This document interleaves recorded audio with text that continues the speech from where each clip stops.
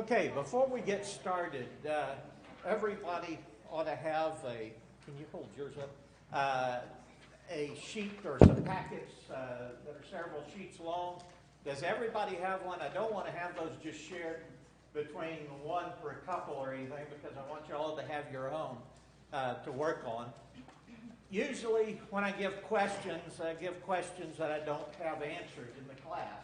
But that's somebody else's questions. But I'm making up all the questions for this series, so I'm making them around what we're going to be discussing. And so each of you need to have those all ready before we get to the chapter then that we're going to cover next. Anybody need another set of sheets for Ecclesiastes? All right. Good to see everyone. We're going to have a word of prayer here in just a minute. Ryan will lead us. I'm going to try to remember that when you ask a question, I'm not wanting you to feel like I think you're a fool or something by asking the question back or saying that. We're doing it because some are getting us by live stream. And these mics are not, those mics are not good. That one's good.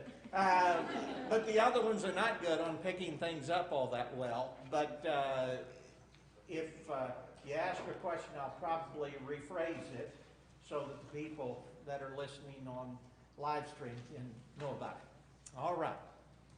Well, let's get started. Ryan, would you lead us in prayer?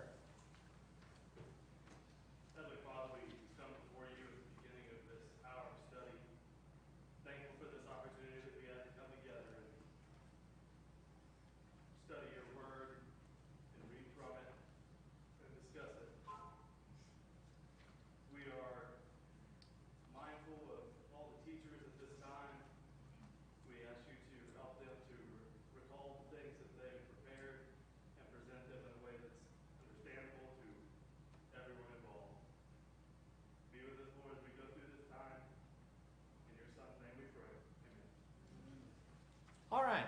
When you think about, let me turn this on. When you think about the book of Ecclesiastes, what comes to your mind? Life under the sun. All right, life under the sun, that phrase. What else?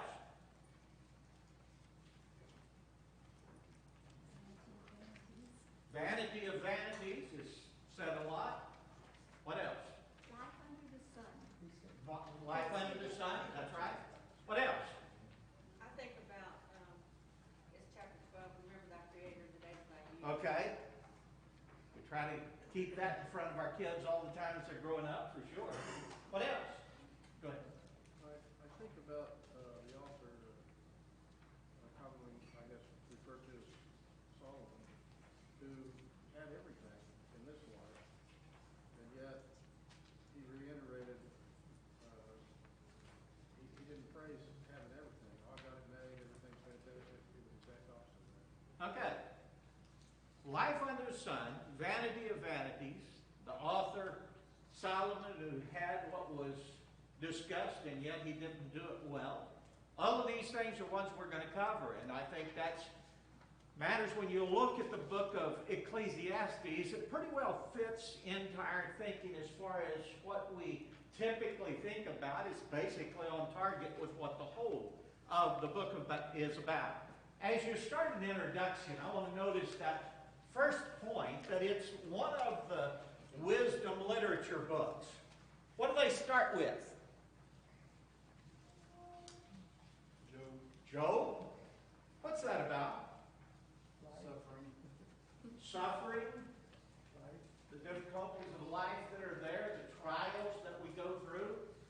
James tells us that Job is one of those who's exemplary of living in a way of patience through the trials that life would have there. But that suffering, trials, is basically what we think about when we look at Job. What's the next one? All right. Psalms isn't really a book. It's an anthology. It's various psalms collected together. You have that being done evidently in about the time of Ezra, that they're collected and given the titles. Sometimes people think above there what ever was said was written by the original psalmist. It wasn't. It was probably written by one of the priests in the time of Ezra. Those things aren't inspired. They're matters of what were just put in there to describe as they were giving these anthologies of psalms together. What's the purpose of psalms? If you just boil it down to, all right, an understanding of how to praise God. I think if you get it at its essence, that's there. But not only how to, but why to. The things having to do with our expression of God's wonder and awe, the praise that He deserves. That's a part of what we need to learn. What's the next one? Proverbs. What's that about? Wise sayings. All right, wise sayings. The first 10 chapters almost that you have, first 9 for sure, are along a theme. Then after that, it's just a collection of proverbs. Maybe one verse or 2 or 3 or 5 that fit together, but it's not very much that you usually have on the same subject after that first few chapters on the pursuit of wisdom and looking at it. What's that about?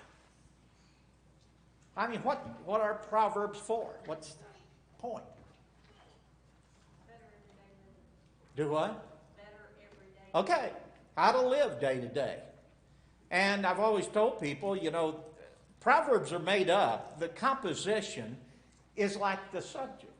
If you're learning about wisdom day to day, does your daily path go like this, that from 9 to 10, you have one subject that you deal with.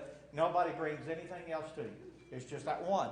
And then from 10 to 11, it's this next one. And kid comes and there's something there. No, wait, that's between 4 and 5. You can bring that back to me. Is that the way your life goes? Mine doesn't either. It goes with different things, disjointed. And that's the way the Proverbs are. There's sayings of wisdom about daily life, and they go from subject to subject. But the overall point is, we need to use God's wisdom in everything we face in daily life. What after that then? Ecclesiastes there, and then we have Song of Solomon after it. What's Ecclesiastes for? That's what we're going to look at in just a minute. But you look at its purpose there. Let me hold on to it for a minute, and then we've got the next one, Song of Solomon.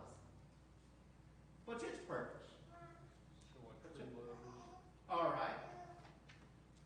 If you think about the overall existence of mankind, and you think about the idea of understanding the purpose of these books, what you're looking at is a lot of day-to-day purpose of life kind of things. When you look at Job, what's one common thing that we always, all of us, no matter who, are involved with? Suffering, trials. That's a universal experience.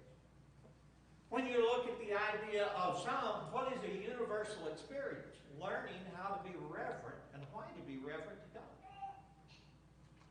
When you look at Proverbs, daily living. That's a kind of a thing. How do we live life with wisdom? That's something every one of us face in the human experience. Now, let me skip down to Song of Solomon about life and the nature of love that is there. The basic question, as far as I'm concerned about it, several different ways, but I think we get to the same place however you get there, is this girl has a choice. Do I go with the guy who's rich and good looking and suave and debonair and also kind of earthy? Or do I go with the one who is more spiritually minded and who truly loves her? That's a question that every young person, when they're thinking about marriage, what kind of person do I marry? That's a part of our existence. That's a part of what is universal. Now for Ecclesiastes. What question do we all ask ourselves? Why am I here? What's the purpose of life? That's right. What's the purpose of life? There was a song a long time ago, "What's It All About, Alfie?" And that was basic point of it. Why am I living through this thing? What's the purpose? What am I supposed to do? And when you look at the purpose of life, that's going to determine to a great deal what I'm going to be overall. That's what we look at in Proverbs. In Ecclesiastes. I'll get it here in a minute. We're in Ecclesiastes. The ultimate point, what? Life without God's value. It's not a real philosophical book in the sense of the depth that's there. As a matter of fact, it's one of the more practical books that you can get a hold of. It's hard to figure out how somebody could miss Proverbs or Ecclesiastes because they're just very plain points. But the thought of how I apply that to me does get in depth. And that's where we're going to be looking at some of these things and having discussion on them. All right. So we're searching for the meaning. What's the purpose? What's the meaning of life that's here? Now, what do I need to do first in studying this book? I need to understand, what does the text say? And what does that mean? That's the first thing with any book or passage from Scripture. I need to understand the passage, the Bible, what it says, what it means, get that in my mind. Now what comes next after that? All right. The application there to me. I remember listening to Elmer Moore a lot. He was one of my favorites of that generation of guys. And he said, before you can understand what a passage means to you, you've got to understand what did it mean to the original readers. And so we're going to be doing some of that. I'm going to be looking at exegesis and what that would have meant, how that word would have been used. That always has to be done. But that next one is where the search really gets there. And that is, what's the point of that to me? How do I make an application in my life of that? Because that's what's meant. This, together with the other wisdom literature, has to do with wisdom in life. It's application there. And so it's very, I guess you would say, a matter that is to be looked at as practical in its nature. In other words, it's something that has to do with my actions day to day. It's not theoretical out there in the ivory towers of intellectualism or something like that. All right. Let's look first of all. I see I forgot to put in bringing them line by line in. So guess what? You know a good bit of what we're going to talk about now. The title of the book comes from the Hebrew. The word used there is Koheleth. And it's used 7 times in the book of Ecclesiastes, chapter 1, verse 2, verse 12, chapter 7, 27, 12, 8, 9, and 10.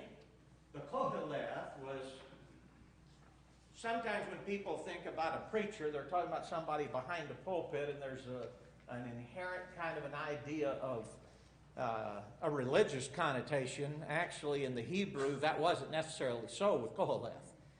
It's talking about one who addresses others, as the statement is.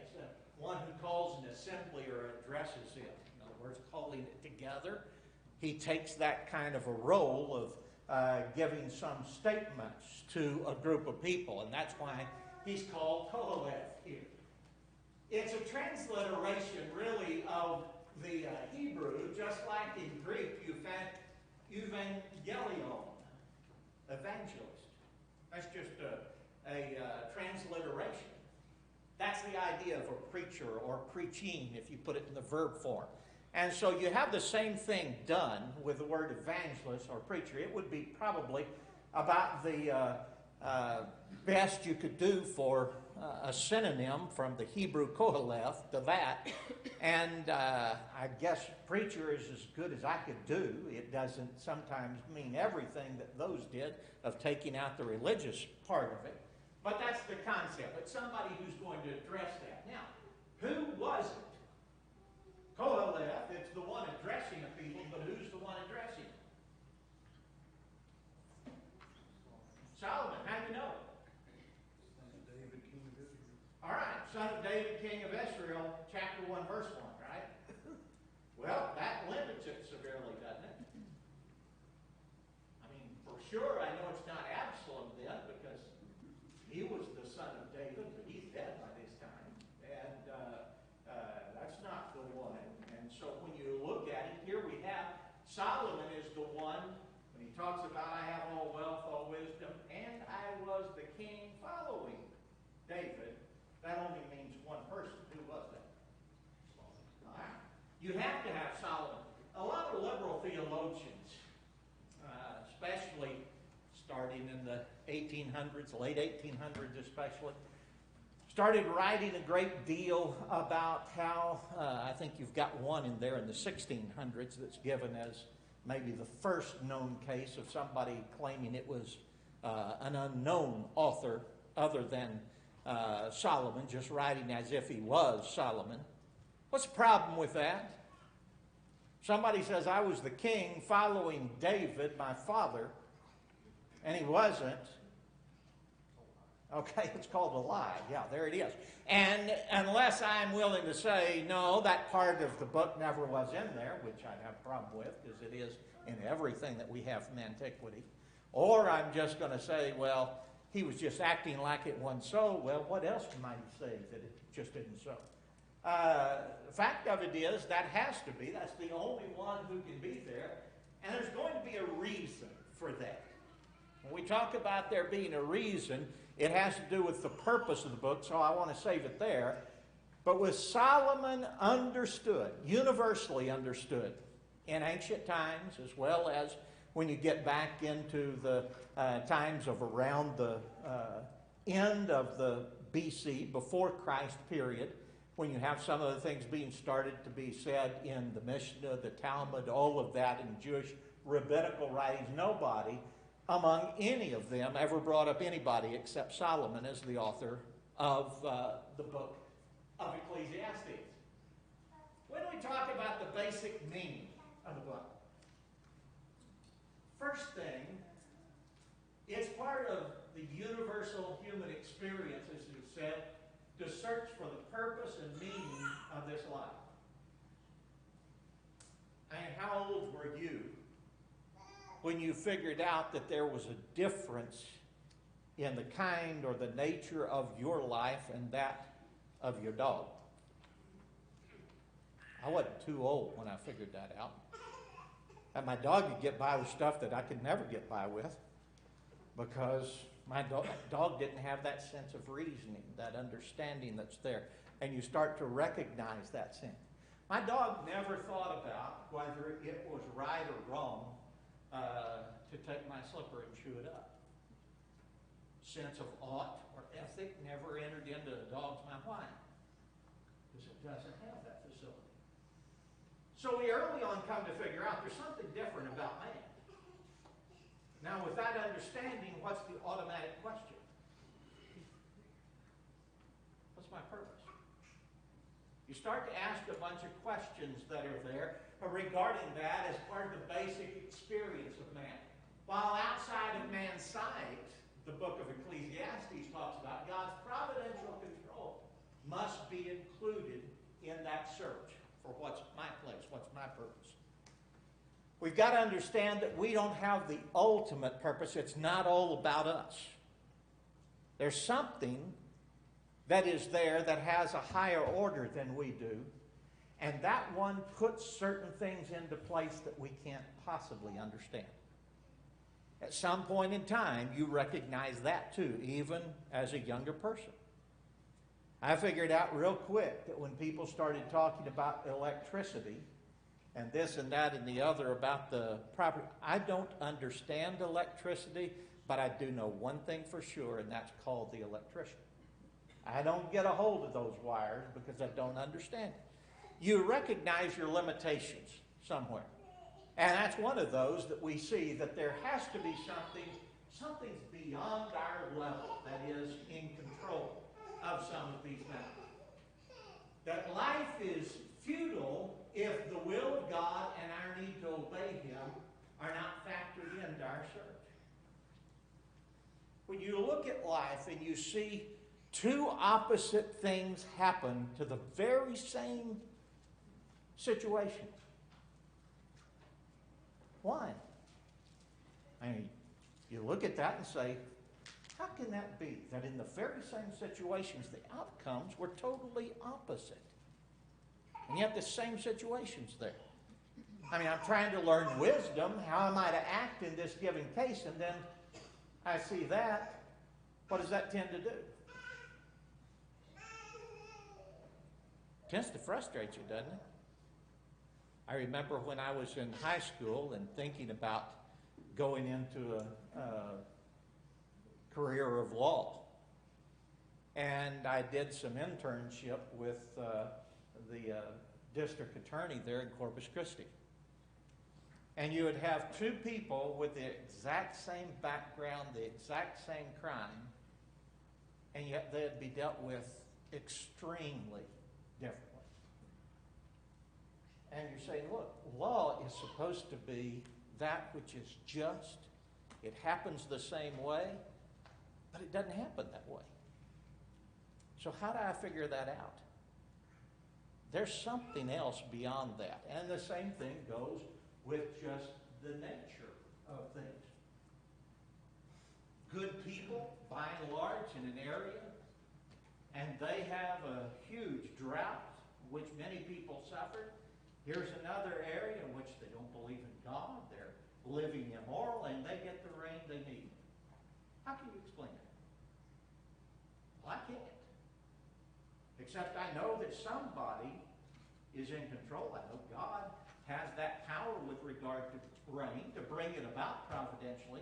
James is dealing with that in James 5. But how do I know why he did it in each case? I don't. But I've got to trust that he does. And leave that there. Next one. One writer well said that Ecclesiastes asks the questions the rest of the Bible answers. And in a way, that's true. You know, what's the place of wisdom? What's the place of having things, of possessions, various other things? What Ecclesiastes is looking at it from is simply and totally life under the sun. Now, it gives some interludes to tell us a little bit of God's place. But what it's looking at and trying to get us to understand is, if you just look at this life by itself, it doesn't make any sense, and it doesn't seem to be equitable. It doesn't seem to be right. There's no purpose I can determine. I have to figure God into that equation, and if I don't, then it's futile. Human philosophy is a good example of that. Do you know what the most common occurrence of suicide is to people by occupation? People in philosophy. It's overwhelming. And you look up philosophers through the last 3 centuries. If they were famous and ones that were well quoted, almost all of them committed suicide. You know why? What's philosophy? It's about trying to answer the purpose and ethics of life apart from God. That's the whole point. It's getting it on a mere kind of intellectual basis. A life under the sun, as Solomon would have called it. One of the few that I see as a philosopher who didn't do that was C.S. Lewis, and the reason is he came early to accept God. And the place that God came in there. I don't agree with all that he came up with his conclusions, but overall he had that firm fixation that God was there and had to be figured into the picture. He didn't kill himself, but a lot of the others did. If you merely looked at life and the occurrences and you tried to explain its purpose and the ethics that come from natural observance, can you see what would happen?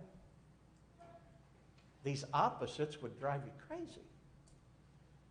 That it isn't fair would drive you crazy. And yet know that you had something that you ought to do. There's that inward part of man that knows that, is able to reason to that understanding, and yet not be able to give that any basis. You have people who try to tell me why murder is wrong on a humanistic sense. That's futile. If there isn't any God, you tell me why murder's wrong. You say, well, it takes someone's right away. Okay, why isn't that right?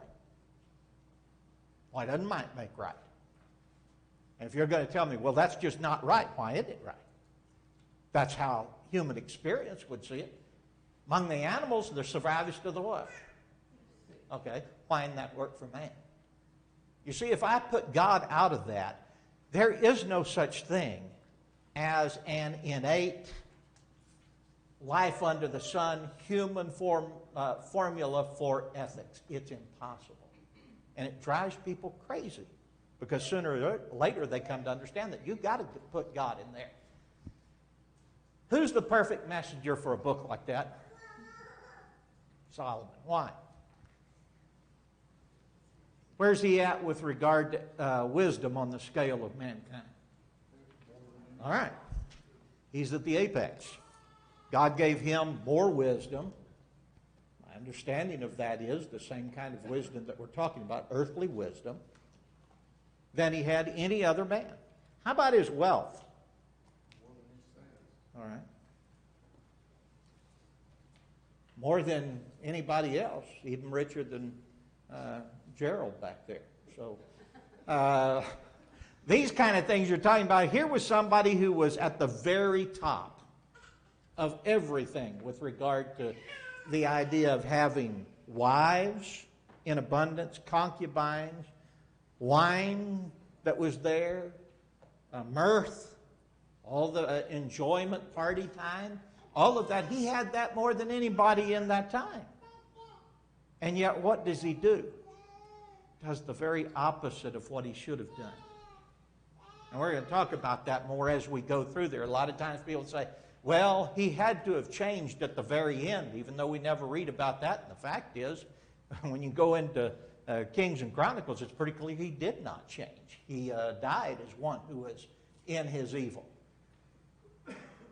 How can you explain he was the wisest man, yet he was the most foolish in what he did with what God had given him? When you're talking about earthly wisdom, that doesn't mean you have the courage to have that kind of a standing for what is right. Doesn't mean you have the sense of doing that and putting that into action. It's up here kind of a thing. Knowing earthly wisdom does not drive you to submit yourself to God.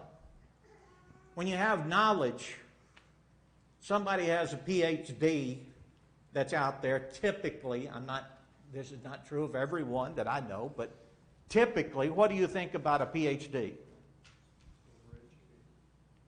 Yeah. They know a lot of stuff about things that don't matter in many cases, and what they do is look down at everybody else. They're just a cut above. What did Paul say about that? Knowledge puffs up. That's the truth. And yet you had that with Solomon, that he let that affect him in that way. Anybody else got anything there? Any other statements or purpose? Go ahead. I would just say, it reminds me of the scripture of 1 Corinthians chapter 3, verse 19, just reminding us about what you're saying there is it really doesn't exist. There's really no such thing as worldly wisdom. Yeah. And that's the point. You don't have that without God. That's one of the points of the Proverbs. That's the whole point, really, of the first few chapters of Proverbs, as it's talking about the wisdom that is there. The beginning of that is an understanding of God. That's where you begin that kind of wisdom that takes place. And when he looks at it in chapter 8, as if it's wisdom that is viewed as an entity of itself that's used in the feminine, because wisdom in the Hebrew was a feminine noun. And he gets to that point of showing how that wisdom, it exists only when I put God into the picture in my life. True wisdom has to have that. All right. Also, I wanted to bring out a point. I'm glad you said something from 1 Corinthians 3. 1 Corinthians 2 and 3. How many wise, how many noble after the world were saved, Paul said? Few. Not many, it's few. And that tells us Solomon wasn't an exception to the rule. Solomon was the rule. He's just exactly like you find in most of the world. That's the fact of it. And those things are ones that we need to recognize. All right. Basic outline. And when we get to chapter 7, I'll probably lay out the outline of that second part a little bit more in detail. But what I wanted to do for our purposes here was just look at the first 6 chapters in the way of dividing up the subjects. And you can usually see a lot of this or something kind of like it in the titles that have been given in your printing of the Bible. Chapter 1 deals with, after verse 1, saying who wrote it. Chapter 1, verse 2 through verse 11, the vanity of life is introduced. Chapter 1 through the end, 11 through the end of the chapter, vanity of wisdom. He talks about how wisdom is something that even if someone attains to that kind of wisdom that's desired of the world, it really does not answer the purpose and meaning of life or ethics. With regard to the vanity of pleasure, chapter 2 is taken up with that. I've heard people say, if I only could get this and have this kind of a time for recreation and all, my life would be perfect. No, it wouldn't. Because that doesn't define what's going to be your answer for a reason for living and everything else. All of us like recreation. It's not that it's wrong. But the idea of that being our purpose, that's going to answer my need. It does. In chapter 2, the latter part, the vanity of earthly wisdom and folly. That goes through to verse 26 then. And he talks about that folly and wisdom when you look at it in this world. It's good to be wise. It's better to be wise than the fool. But what happens sometimes? Sometimes the fool gets the things that the wise man fails to get. How do you account for that, is the point. Well, if you're looking narrowly at life under the sun, there's no accounting for that. There gets to be these things in wisdom literature. I've recently changed my terminology, and I don't know if I've used it in here before. But in wisdom literature, there's what I like to call now an interlude. And it's God putting a statement in about something that goes away from the main point, the vanity of this, the vanity of this, the vanity of this, the vanity of this. He gives a teaching interlude, if you will. And that interlude is about God's place and purpose needs to be considered in life. So he interjects that, teaching a right thing rather than just pointing out, here's the vanity of this and this and this and this. So you have those twice that's used in this first section of the book of Ecclesiastes. He goes then to the vanity of labor. Then he has that interlude again. It's necessary to approach God with reverent fear. Starts out with the situation, don't let your mouth be hasty when you go before God. Remember your place. And so he gives a kind of an instruction there.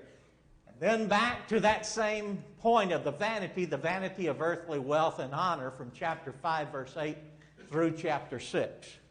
And that's what you have covered as an overall part. Those first 6 chapters, that's kind of the way that it's being done. It's talking about the vanity of all things earthly.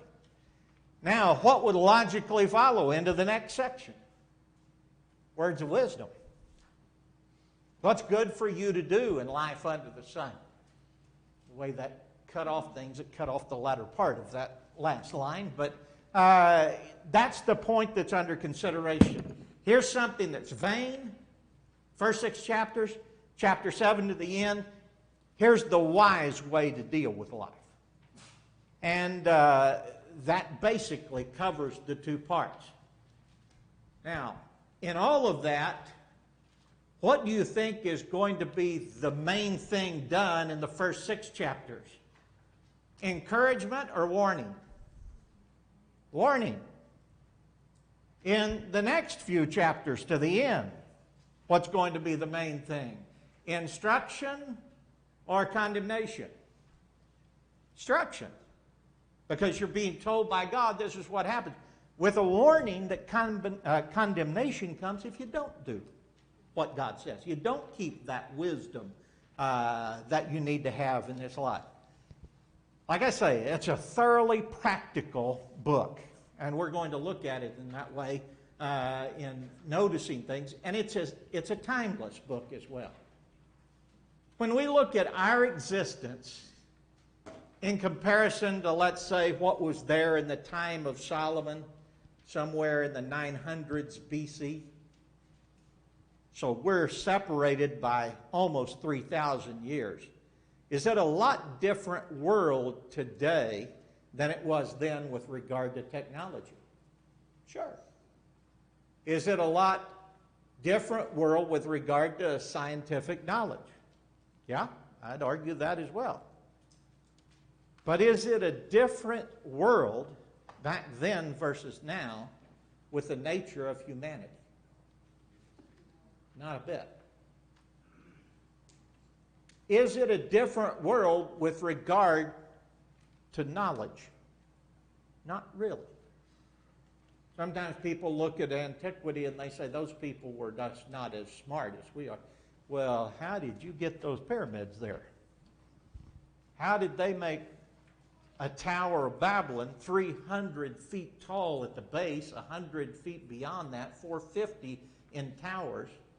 How did they put a thing up there that they drove chariots over for a millennia and get it to stay up all that time when we can't even build a highway that lasts for 10 years? Don't tell me people were stupid back then. There isn't any difference with regard to knowledge. Typical, or the idea of your ability to think. If I was going to argue anything, I'd argue it was more so back then than today, not less. So all of those things, we sometimes have to put our thinking caps on to get the point that's being made. But people are not all that much different. Situations, the things that surround us, technology, language, yeah, it's different. But the nature of people is not. It's not any different than what it was in the time of the Garden of Eden. Go ahead. I like to think of it as the old saying goes, there's nothing new under the sun. Yeah. They dealt with the same morality issues that we are dealing with today in this day and time. So, That's the point that's there. You'll find that phrase in the book as well. All right, repeated phrases. When you look at vanity of vanities, all is vanity. What does that mean? What does vain mean? Do what? Empty. Okay, empty. So what does vanity of vanities mean? Really is. Okay. That's just a superlative, like good, better, best. We're dealing with the superlative part here. The emptiness of life. And when he says vanity of vanities, all is vanity and vexation of spirit. It's all something striving after wind is the next one that is there. But if you tried to catch wind, how long would it be for you to catch it? That ain't going to happen. Striving after wind to grab a hold of it and bottle it, that's just an impossibility. Under the sun. What does that mean? Okay. When you think of where is God, not that in a physical universe you can point out a place of up above is heaven. If it is right now, what happens when it's 12 hours from now? It'd be down below, wouldn't it? But the idea is it's beyond anything of this world, this atmosphere.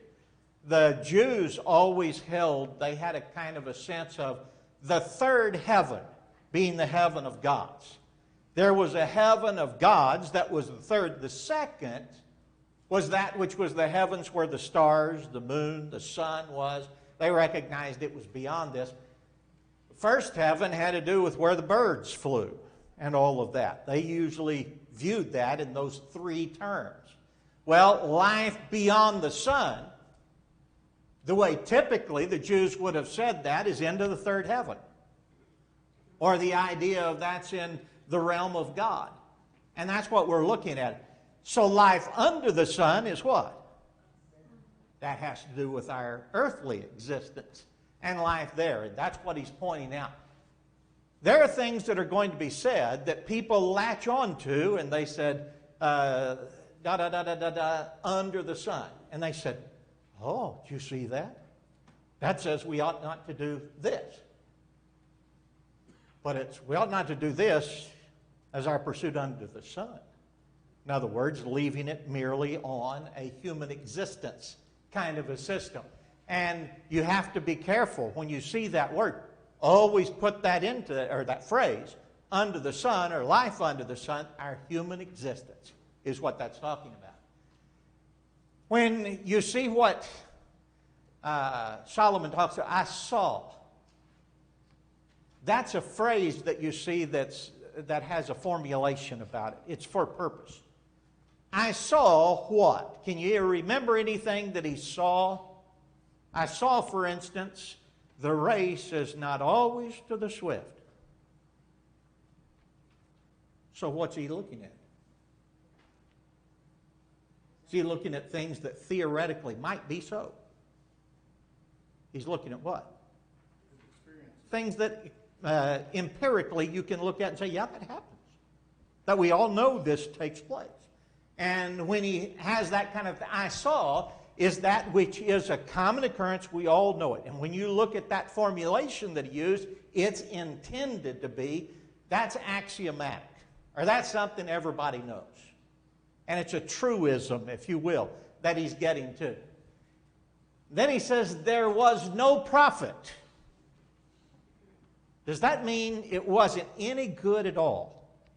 Is that what no prophet means then? What does it mean then? Okay. In other words, it doesn't go on and give profit beyond this life under the sun kind of deal, because that's what's under consideration there. The idea of a prophet that he uses, there's an idea of reward. That word is used many times in the Old Testament language. It has to do with something that comes from God. Prophet is a word that has to do with an earthly profit. Something that's a gain as far as this world. In other words, riches or happiness or all of these things. And when he says there's no profit there, he's talking about not a profit beyond this world. They have some in this world. But it's not going to last you beyond this life under the sun. And then, there is an evil which I have seen. How is he going to use that one? Can you remember anything? There's an evil that I've seen. Let me give you one. Man lives wisely, accumulates riches, yet when he dies, he has to give it to his son who's a fool. Why is that something of an evil? Okay. What else? He can't take it with him, but what else? What ends up happening with the provisions that he's made? They're used in a way that is of evil. They're used in a way that's contrary to the very kind of person he was. Have you ever seen that with wealth? The most dangerous place of wealth is in the third generation. That's an empirically pointed out thing. The first generation got it, and they're busy doing that. The second generation is expanding on that and using that because they've been there to see Daddy get it and do what's right. Sometimes some of them go nuts. But the third generation almost always goes crazy. Why? They don't know what was behind it. They didn't know what it took to get that together. They didn't know the purpose of anything. If there's a business, they're the worst one to put over the business because they have no clue what to do with it. When you look at those kind of things, that's just what you experience in this life. Those are facts. That's as much true today in 2020 as it was in the time of Solomon. And that's what he's trying to get to, is you have something that the man who originally did it, it gets the absolute opposite of what he intended. That's when that thing, I've seen an evil happening, what it always shows is a reverse. The intent was this, the end effect is the very opposite. And that's something that he's going to use. All right, when you look at phrases like this, remember we're talking about earthly life. Earthly life and the nature of earthly life.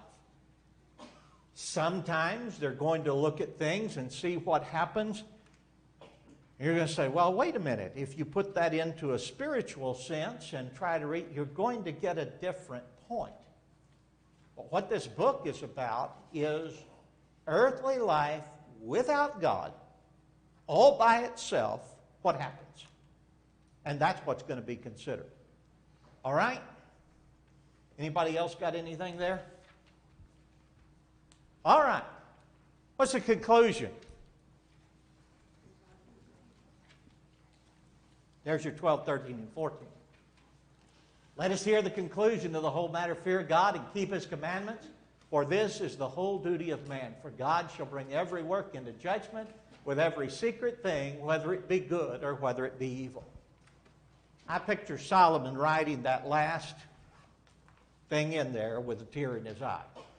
I don't think that's adding much other than just recognizing what he does is he states the obvious. What he's done with his life has not been the pursuit of fear God and keep His commandments. And when you look at him in the last days of his life, what does he have to look forward to? God shall bring every work into judgment with every secret thing. That's a sobering statement. And it's intended to be sobering because it makes us think about your life. You cannot answer its purpose. You cannot answer its ethic unless you factor God in. If you factor God in, you're going to be right with Him. But if you don't, you're going to be just hopelessly lost. Go ahead, Marie. When I read this in the scripture, I think about the wisdom that Solomon asked for is reflected right there. Yeah. That is what he knows. Yeah. That's where he gets to, sadly, and is seeing that end of his life. Okay, for next week, read chapter 1 and answer the questions there. Next week I'll have up here chapter 2 as well that you can look at along with. There's a section in there for the text, and to its right-hand side there's empty lines. And you can go through and make some notes there, whether in your study or in class. Gives you room for that. But then the questions at the end I want to be answered by each person. Like I say, don't cheat and do one for your hubby. Make him do his own. And we'll try to get through those things. I'm going to try to make it more like mostly a chapter a week. There are some chapters we're clearly not going to do that with. But I hope next week in chapter 1, that's what we're going to do, is finish it in 1 week. I think we miscommunicated a little bit, so the kids are already waiting on the camera. Okay. Just want to let everybody know that the kids are... All right, it just now says 8:50, so I was just... I know, you're good. Okay,